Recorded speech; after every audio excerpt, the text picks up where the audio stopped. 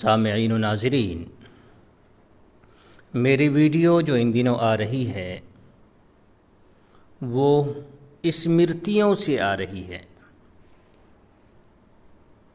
इसकी वजह यह है कि स्मृतियाँ हिंदू समाज में अमली तौर पर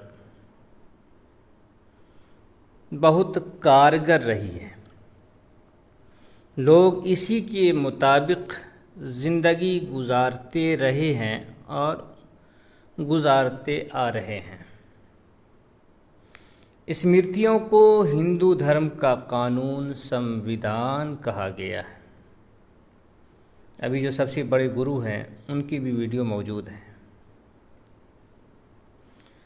आज भी देश में संविधान लागू होने के बाद और कानून आने के बाद जो हिंदुओं के पर्सनल कानून हैं, पर्सनल लॉ, वो भी स्मृतियों ही से लिए गए हैं।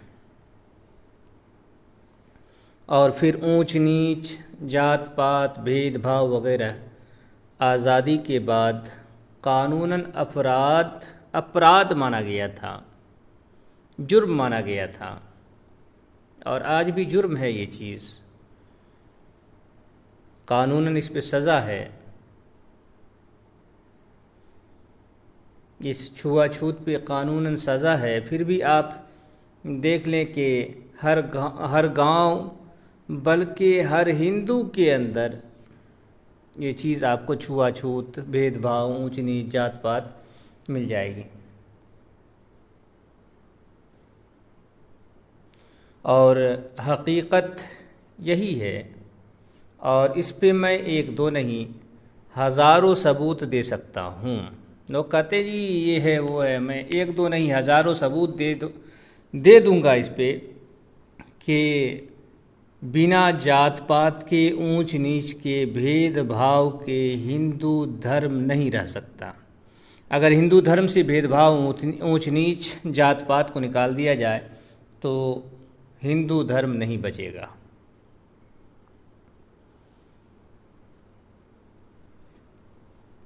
वैसे तो नाम के हैं, राजनीति के हैं, आरएसएस वाले ये एक्स बना करके बताना उसके दिल के अंदर है, वो सोच कुछ भी हो, लेकिन हकीकत यही है कि ये लोग हिंदू धर्म के साथ खिलवाड़ कर रहे हैं, बस अपनी रोटी सेकने के लिए, अपनी राजनीति मजबूत करने के लिए ऐसा करते हैं। इन लोगों को हिंदू धर्म से कुछ भी लेना देना, कुछ भी जानकारी नहीं है। अब तक मेरी जितनी वीडियो आई है, आप किसी भी वीडियो को देख लें, एक दो वीडियो अगर देखें छोड़ दें, चंद्रमा पे है, इसी तरह से गणेश पे है, उसको छोड़ करके आप जितनी वीडियो देख लें सब में यही चीज़ आई है। जात पात, ऊंच नीच, भेदभाव, इसी को, यही सब चीज़ है ही। और ये धर्म की जो है मजबूत बुनियाद है।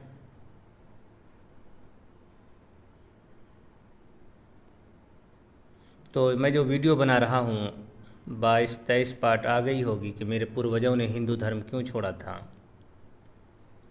और आगे भी वीडियो इसी पे अभी बनाने का इरादा है, लगभग 100 पार्ट में बनाने का इरादा है। और हर एक पार्ट में यही दिखाना है, ऊंच नीच, भेदभाव, छुआछूत, यही सब चीज़ दिखाना है।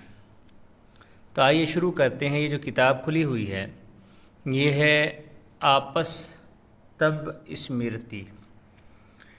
ये देखिए 6ठे अध्याय का लास्ट मंत्र, 10वां मंत्र क्या है कि जितनी धरती में नील बोई गई हो, नीली नील बोई जाती है, उतनी भूमि 12 वर्ष की अवधि तक अपवित्र हो जाती है, उसके पश्चात ही वो पवित्र होती है। किसी ज़मीन पर नीली कोई चीज़ अगर बो दी जाए तो वो ज़मीन 12 वर्ष के लिए नापाक हो जाती है। अब उस ज़मीन से कोई चीज़ नहीं ले सकते हैं, कोई चीज़ उगा नहीं सकते हैं। जो चीज़ उगेगी वो भी 12 वर्ष तक नापाक रहेगी, अपवित्र रहेगी। ये देखे कहाँ का ज्ञान लेकर के ये किस तरह की बातें लिखी पड़ी हैं।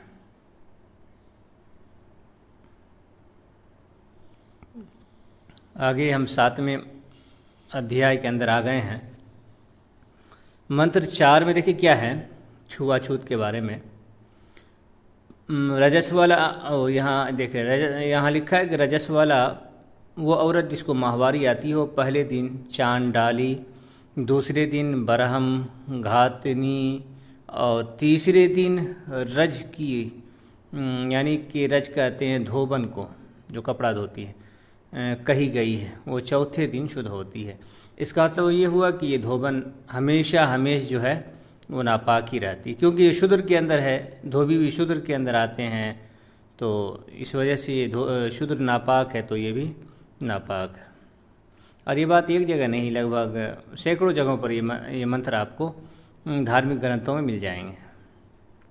यहाँ देखिए, अंत्यजों से, कुत्ते से और शवपाक से छुई हुई रजस्वला 3 रात तक उपवास करके पंचगव्य से शुद्ध होती है। रजस्वला हिंदू धर्म के अनुसार एक नापाक जिस्म को कहा जाता है। नापाक, ऐसी नापाकी को, ऐसी औरत को जिसको माहवारी आ रही हो, जिसको देखना पाप है, उस अय्याम के अंदर, उन दिनों में जिससे बात करना पाप है, जिसको घर के अंदर भी रखना पाप है, उसके लिए कदीम ज़माने में एक झोपड़ी झापड़ी लगा दे औरतें, उसी में 3 दिन तक लोगों की नज़रों से, मर्दों की नज़रों से, औरतों की नज़रों से छुप के रहती थी। बस घर के लोग खाना वाना पैक करके दे देते थे, 1 टाइम 2 टाइम, तो इस तरह से इन लोगों की ज़िंदगी गुजरी, औरतों की, इन अय्याम के अंदर। तो बहुत कुछ जुल्म हुआ है। तो यहाँ वही एक कानून बताया है कि अगर कोई अंत्यज कहते हैं वही निचली जाति को, जो 85% हिंदू शूद्र हैं, तो इसका मतलब ये हुआ कि अब देखिए, अंत्यज के साथ कुत्ते को भी जोड़ दिया, चाहे अंत्यज छू ले या कुत्ते छू ले या शवपाक छू ले। तो यहाँ देखें कि इंसान को, और 1-2 नहीं बल्कि 85% हिंदू को कुत्ते के साथ जोड़ा गया है, चाहे कुत्ता छुए या ये छू ले, अंत्यज छू ले। और उसके लिए क्या है कि रजस्वला स्त्री को 3 दिन भूखा रहना है, उसके बाद गाय का गोबर, गाय का मूत्र, ये तो कहीं आपको नहीं छूटेगा। गाय का गोबर, गाय का मूत्र आपको हर जगह मिलेगा। देखिए टाइम हो रहा है, हम जल्दी जल्दी पढ़ते जाते हैं। जो स्त्री रजस्वला हो और उसे कोई रजस्वला आपस में छुए तो वो चौथे दिन तक निराहार रहे और फिर समय आने पर स्नान करके शुद्ध होती है।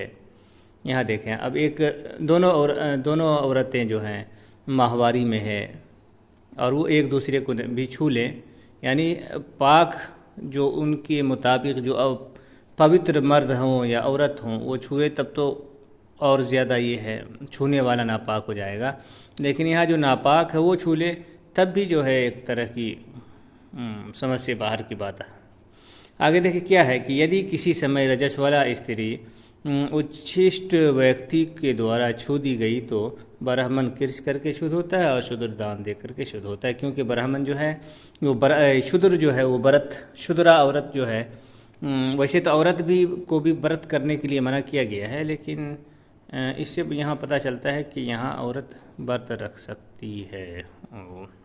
कहीं मना भी किया गया है और कहीं पे यहाँ मना किया गया, तो मेरे ख़्याल से ये होगा कि जहाँ कहा गया है व्रत रखने के लिए वहाँ सज़ा के तौर पर, लेकिन इबादत के तौर पर जो त्यौहार वगैरह के मौके पे व्रत रखा जाता है, उस व्रत के से मना किया गया है। इसका मतलब यही होगा अगर दोनों को अपनी अपनी जगह पर फिट किया जाए, क्योंकि बहुत सी जगहों पर ये औरतों को कई पुराणों के अंदर भी आया है और कई स्मृतियों के अंदर भी बात आई है कि अगर औरत व्रत रखती है तो इससे शौहर की उम्र घटती है और इसी तरह से मरने पर औरत नरक में जाएगी। तो इस तरह की बातें बहुत सी जगहों पर आई हैं। आगे चलते हैं, देखते चलते हैं, जल्दी जल्दी पढ़ते हैं। अभी आ गया 8वां अध्याय।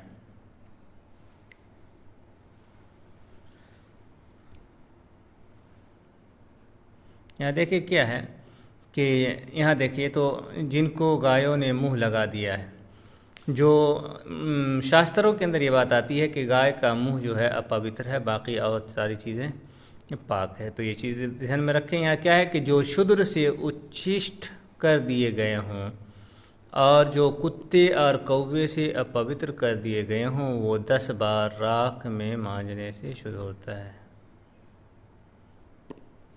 यहाँ किस चीज़ के बारे में? हाँ, कांस के बर्तन के बारे में आया है। ये बात भी कई मंत्रों के अंदर आई है। यहाँ तो ये बात है कि शूद्र किसी बर्तन में खा लिया हो तो बर्तन नापाक हो जाता है, क्योंकि शूद्र का वजूद ही नापाक है। तो शूद्र जिस चीज़ में हाथ लगा दे वो चीज़ भी नापाक हो जाएगी। ये 85% हिंदू के बारे में है। और फिर उसको पाक करने के लिए कि 10 बार उसको राख से मलना है। बल्कि मेरे ख़्याल से गरुड़ पुराण के अंदर ये बात आई होगी कि अगर कांसे के बर्तन को शूद्र छू ले, वहाँ छूने की बात है। यहाँ है कि उसमें खा ले तो ये चीज़ होगी, या खा कर के हाथ मुँह ना धोया हो उस हालत में छू ले तो वो बात हो सकती है। यहाँ भी देखें, शूद्र को कुत्ते के साथ लाया है। कुत्ता छू करके अपवित्र कर दिया हो या किसी भी तरह से पेशाब कर दिया हो, पाखाना कर दिया हो, मुंह लगा दिया हो, तो जो भी हो। तो यहाँ देखें, कुत्ता और शूद्र को 85% हिंदू को यहाँ भी एक जगह रखा गया। इसी तरह से 50 जगहों पर शूद्र और कुत्ता को एक जगह रखा गया है कि शूद्र छू दे या कुत्ता छू दे तो वो चीज़ इस तरह से नापाक हो जाती है। बाकी 85% हिंदू के अंदर शर्म की बात है कि उनके अंदर शर्म है कि नहीं है, जो अब तक ये लोग खुद को हिंदू कहते हैं। आगे देखें क्या है, शूद्र का सूखा अन्न 5 स्त्रियों में पचता, 5 रात्रियों में पचता है।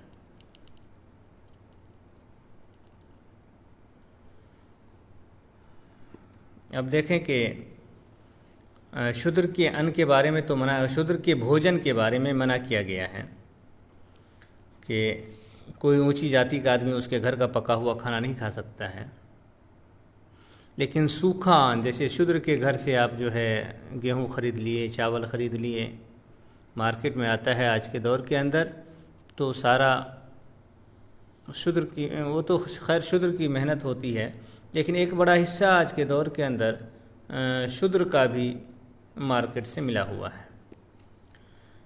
तो अगर किसी शूद्र के घर से लिया हो तो उसके बारे में है कि अगर सूखा अन्न लिया हो तो वो भी जल्दी नहीं पचेगा। ये क्या व्यंजन, शाक भाजी से युक्त अन्न आधे महीने में पचता है।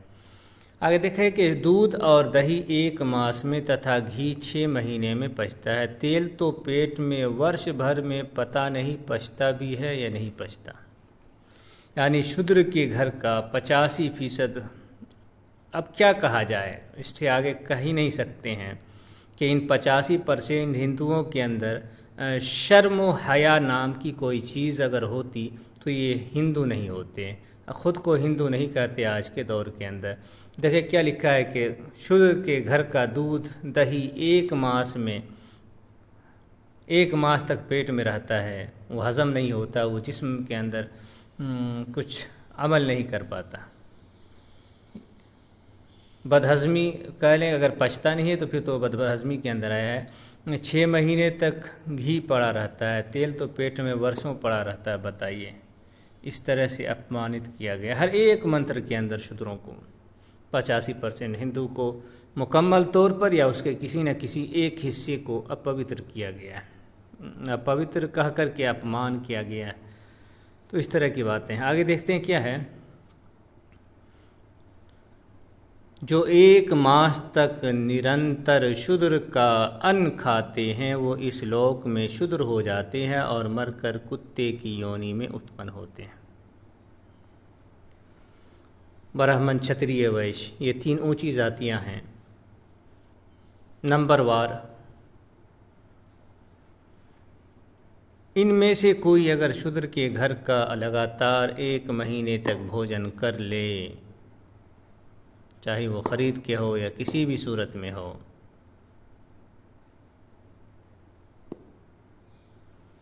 तो यहाँ देखिए क्या है,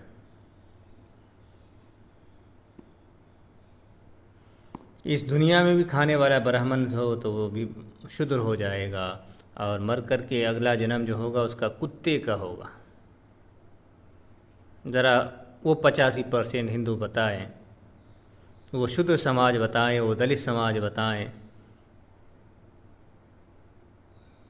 वो हरिजन समाज भी बता दें जो ख़ुद को हिंदू कहते हैं कि 1 महीना अगर खुद साख्ता ऊंची जाति के लोग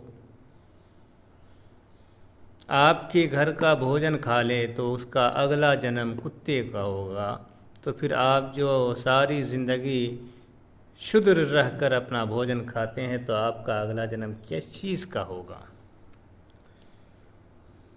आगे देखिए क्या है, शूद्र का अन्न, शूद्र का संपर्क, यानी शूद्र से ताल्लुक़, बोलचाल, शूद्र के साथ एक आसन पर बैठना, एक किसी चीज़ पर, चौकी वगैरह पे बैठना, पलंग पे, चौकी पे, जो भी चीज़ हो बैठने की, और शूद्र से किसी ज्ञान की प्राप्ति करना, ये बातें किसी भी जाज वल ईमान मनुष्य को का पतन कर सकती है। यानी कोई भी ऊंचा से ऊंचे स्थान का भगवान ही क्यों ना हो, वो भी अगर इस तरह की हरकत कर रहा है, शूद्र का अन्न खा रहा है, शूद्र के साथ बोली बिछाड़ी कर रहा है, ताल्लुक़ रखे हुआ है, एक साथ बैठा हुआ है, या शूद्र से किसी बात का ज्ञान ले रहा है, तो बड़ा से बड़ा महात्मा शक्तिशाली इंसान भी पतन हो जाएगा, तो उसकी शक्ति ख़त्म हो जाएगी, वो नीच से नीच हो जाएगा। आगे चलते हैं। जो ब्राह्मण अग्नि का आधान करके शूद्र के अन्न से नहीं हटता तो उसी प्रकार उसका आत्मा, वेद और तीनों अग्नियाँ नष्ट हो जाती है। अब देखें यहाँ, शूद्र के अन्न से क्या होता है? आत्मा, वेद और तीनों अग्नियाँ नष्ट हो जाती है ब्राह्मण की।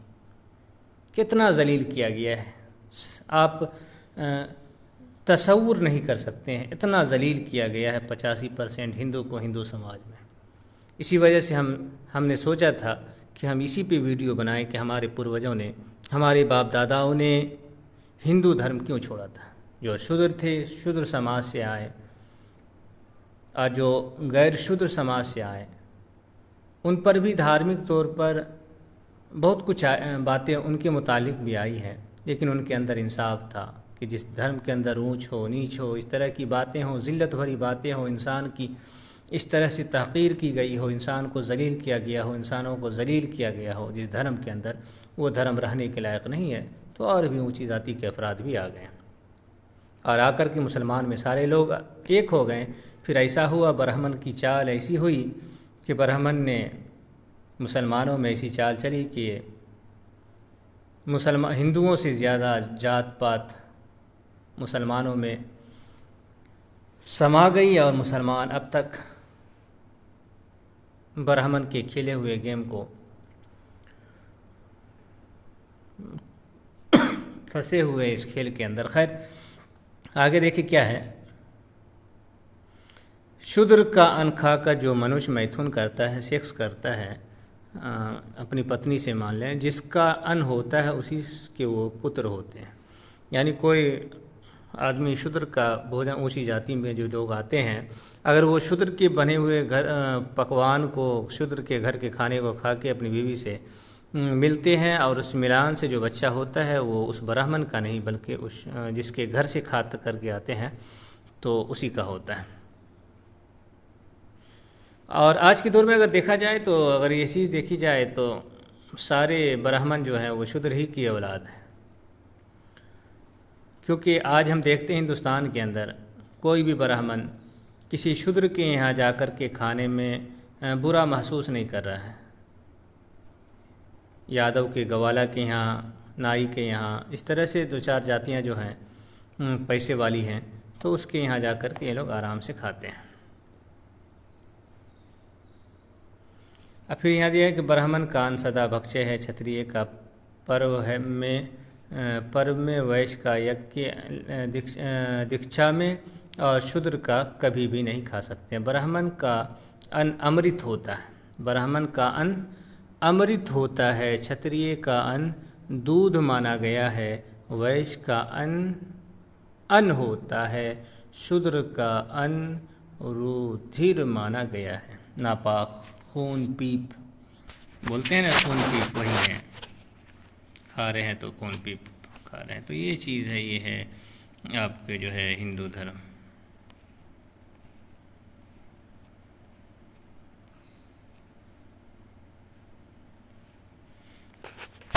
यहाँ भी देखें वही बात है। वैश्य, अच्छा इस पे हम जो है आगे वीडियो बना लेंगे, क्योंकि इसके अंदर बहुत ख़ास बात आई है, तो इस पे अगली वीडियो आ जाएगी। अभी बहुत कुछ है, आगे देखते हैं।